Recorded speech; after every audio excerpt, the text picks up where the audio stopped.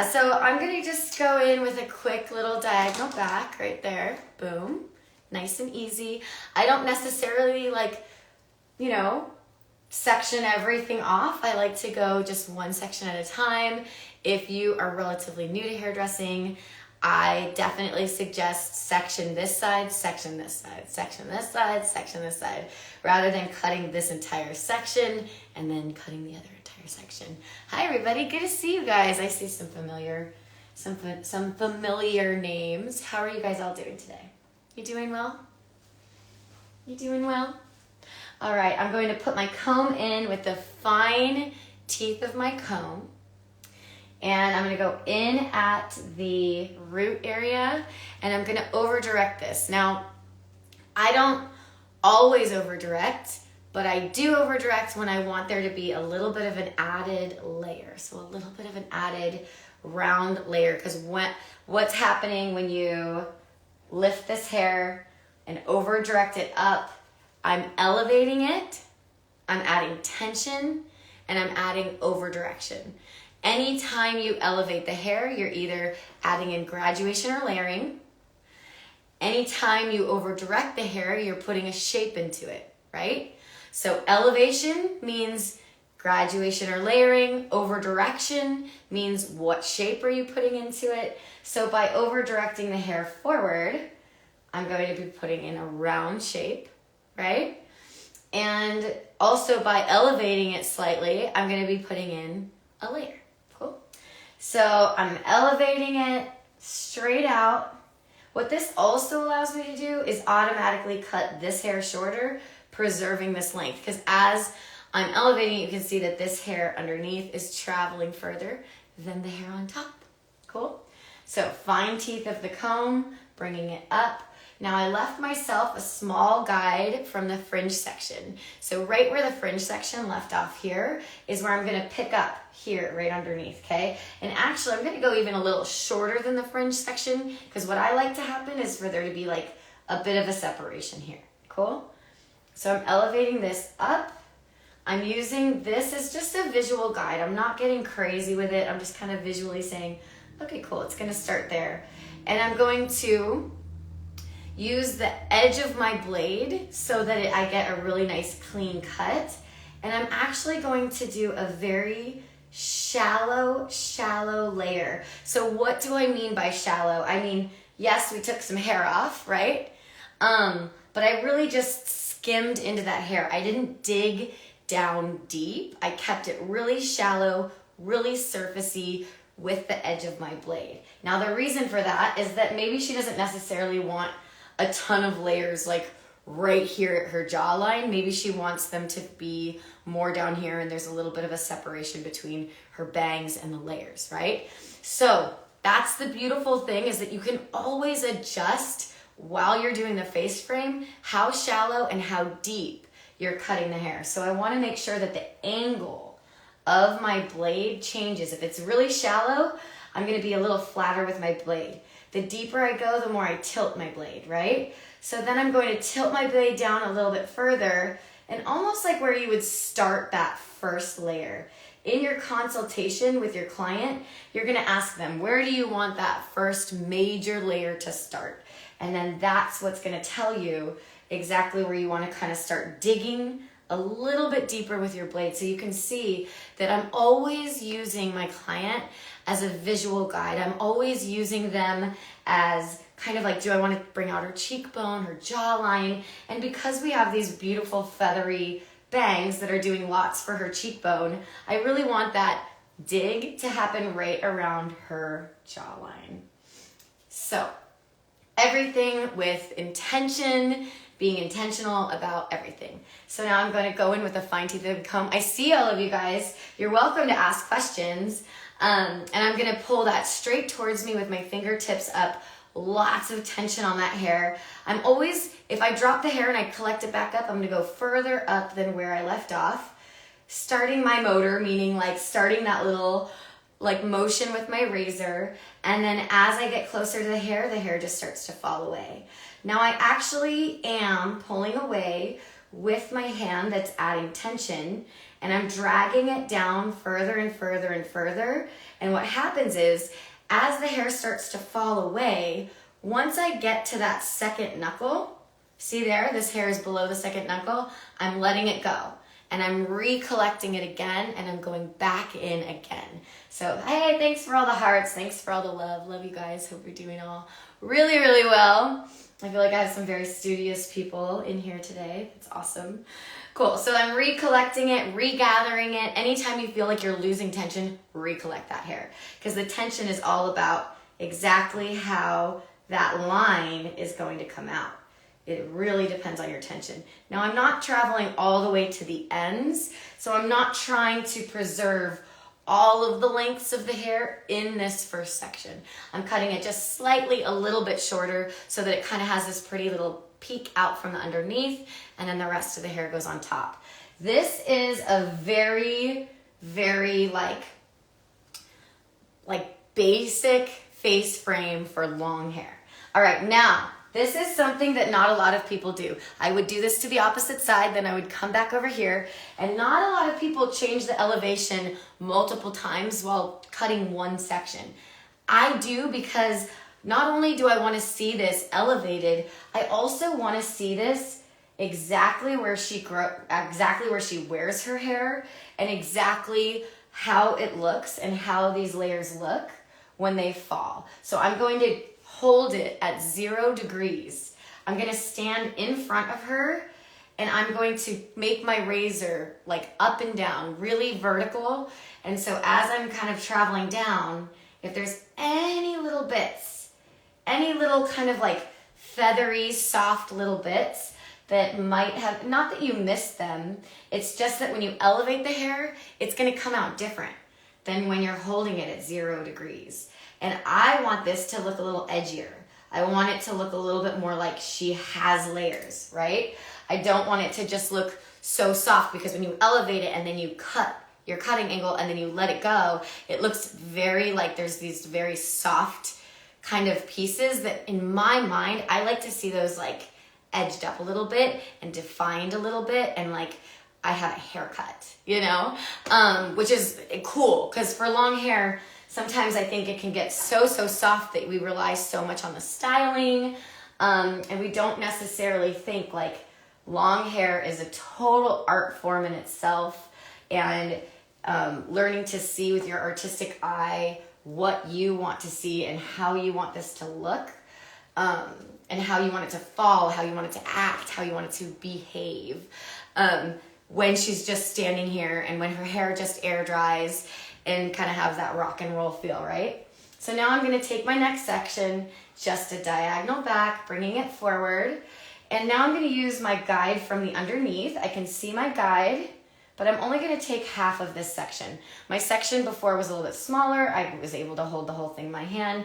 Now I'm just gonna take half of my section, combing it, bringing it forward, still looking at her face shape, looking at the guide underneath, but not cutting it so perfectly to the guide underneath.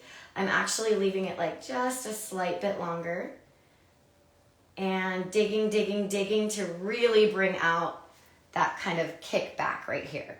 So I dig this just a little bit more so that we can really see that kickback. Cool? Then I'm gonna collect my next section, and I know I like to actually take a look at where I'm headed with the lengths. Always consider where you're going with the lengths of the hair. And visually, when you pull this out, see exactly your cutting angle and exactly where you're going to end up, so that you're mapping that out in your head before you even get the razor close to her. Cool? So I'm gonna gather that up, and I'm gonna start ahead of where I want to start cutting. So I'm not even really cutting hair, and then I start to see my guide underneath. I start to see the angle, and I look at where I'm headed, and then I take it off. Boom, right there. Cool? All right, and then again, I'm going to bring this section, and don't underestimate this, you guys. I don't know when it like really hit me that like when you bring this to 0 degrees and you're dialing it in, it's almost like there's just no work left to be done, right? You bring it to 0 degrees also, you can see where it's nice and heavy in some areas. you've kind of got like a pretty big thick section. And every once in a while, if I really want to exaggerate something, I'll go in and carve out a little bit from the back, pushing it forward. In, a bit from the back, pushing it forward, right? Also, I'm going to, can you see that real good? Let me get you nice and close. So I can feel it with my fingers, the density. And I'm like, you know what? I kind of want this to be separate from the bunch. I'm going to go in and kick it forward and give her just that much more detail in her face frame. Cool? So, and also I'm looking for any bits of like these, like down here, can you see how it's like just a little bit more like wispy and airy, and it's like pieces that aren't really defined. I can come down, bring it at a 0 degrees, and very carefully like edge up those ends, right? Because we already added the airiness. We already added the separation and the softness.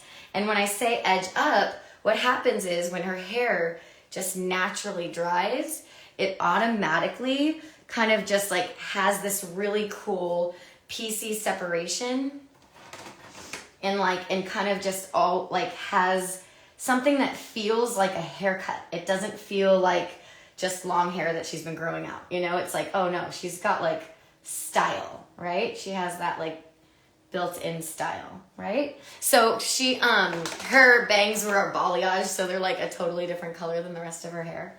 But we're not judging her because she's not real. She's not a real human, you know? She can do things like that. All right, so now I'm going to bring this forward, but I don't want to bring it all the way forward unless I really want this to be heavy. So now that we are kind of into the bulk of her hair a little bit more, and we have like 2 more sections left to go, the top of the parietal. See, we're going in deep right now. We're like getting to the nitty gritty. Like it matters. These C shape or whatever you want to call it, or face frame really matters. How you hold it, how you elevate it, and you can change that based on the outcome you want. If I want to pull this forward, elevate it higher, and cut like just past where her like bangs go, you're going to get something that's really blended and soft and beautiful with her bangs, but it's going to be heavy, right? If you want something that's long and flowy, still connects to the shape, you're going to elevate a little bit lower. You're going to comb that section and elevate it to where you elevated this hair underneath. It felt like you pulled this hair up higher, but really this hair has to travel lower to get to where you elevated that hair from the underneath. You're gonna bring it forward. I can already tell that I'm gonna want to lighten this up, so I'm gonna come from behind and just lighten it up a little bit with 1, 2 little kind of channels right there. And then I'm gonna bring it out again, combing it down and around and then towards me, making sure the edge of my blade is going, and then the hair should just feel like it's falling away. It shouldn't feel like you're digging.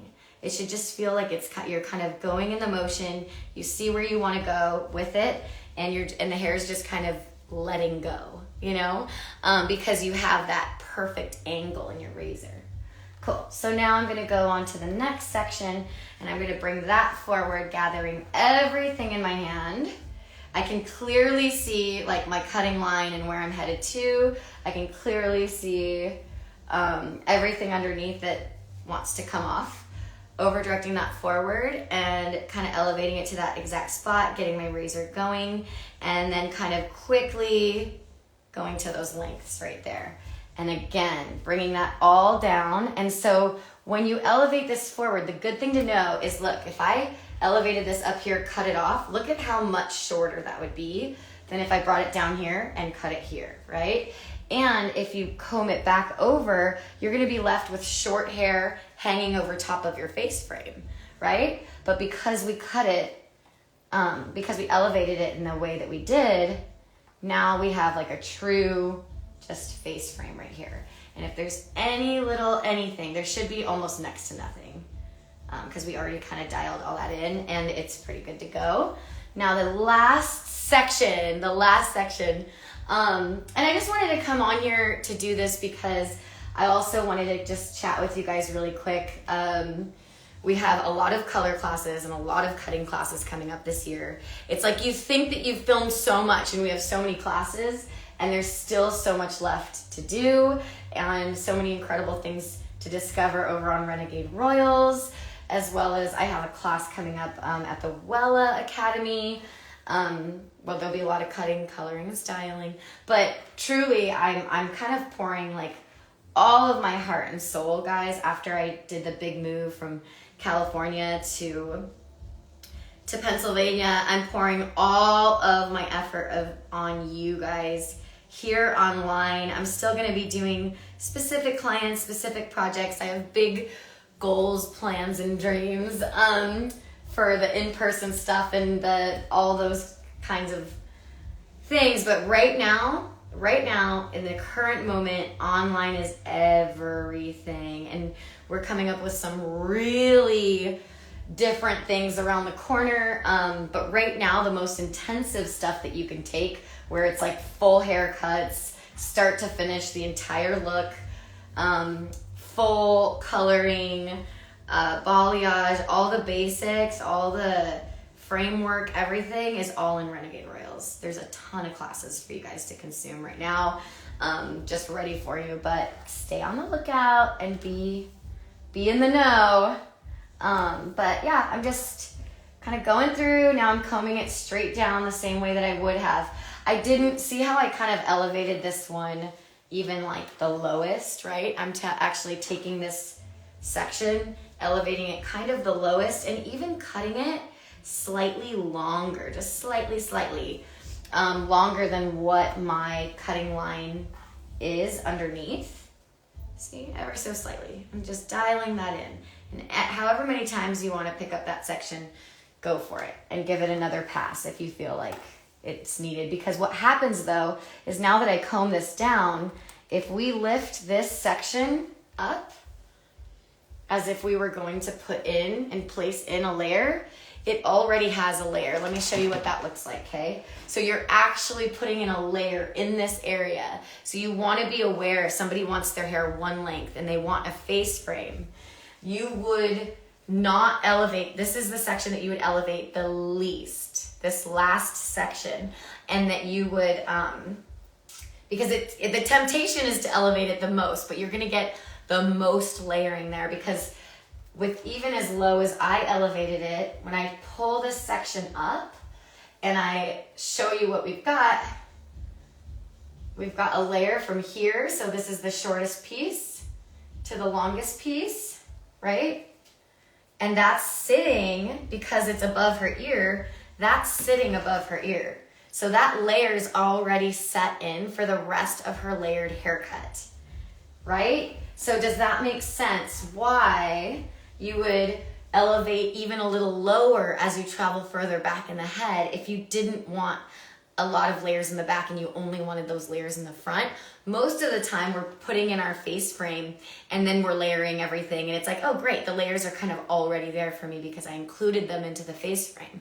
But it's just something really important to call out and something important to know, because if somebody wanted a true one length haircut with a face frame involved, then you're actually going to, cutting a one length is what? 0 degree elevation, right? So you're bringing everything to 0 degree elevation, and that's where all of these hairs come into play, right? So I always give it that final pass right here at a 0 degree so that you can really see like that exact cutting line. Because what happens, look how beautiful. So what happens is when you break that apart and you give it something really like sharp like this, you've already placed in kind of your carving pieces, you've already layered and over directed the areas you want, and then you break it apart, you've just got something that feels like the freshest, most beautiful haircut. And if you want to create more of a petaled effect and have those kind of like really sharp separation in there, you already know that you have this glorious cutting line that's so perfect and has all of that precision and all of that light, like you've lightened it up. You could go in and really carve forward. You know what I mean? And have it be like a 1, 2, 3, 4. It like just sounds so tacky and like not what you would want. But sometimes you do want that. If you're going for like a really shaggy, really piecey, really separated haircut, then you can go crazy, right? But this is that foundational face frame for a razor haircut. Voila! Any questions? But it's good to see you all. Thank you for hanging out with me randomly. I literally just wanted to pop on and kind of just give something. So I wanted to give you guys that today. I hope you're having a lovely day and that you feel empowered and stronger than ever to get up and face those clients and give them something that exceeds their expectations. I believe that for you today. I feel like if you're out there and you're watching this, amazing, thank you. If you're out there and you're watching this, you were meant to stumble across this and add at least one little thing to your day today.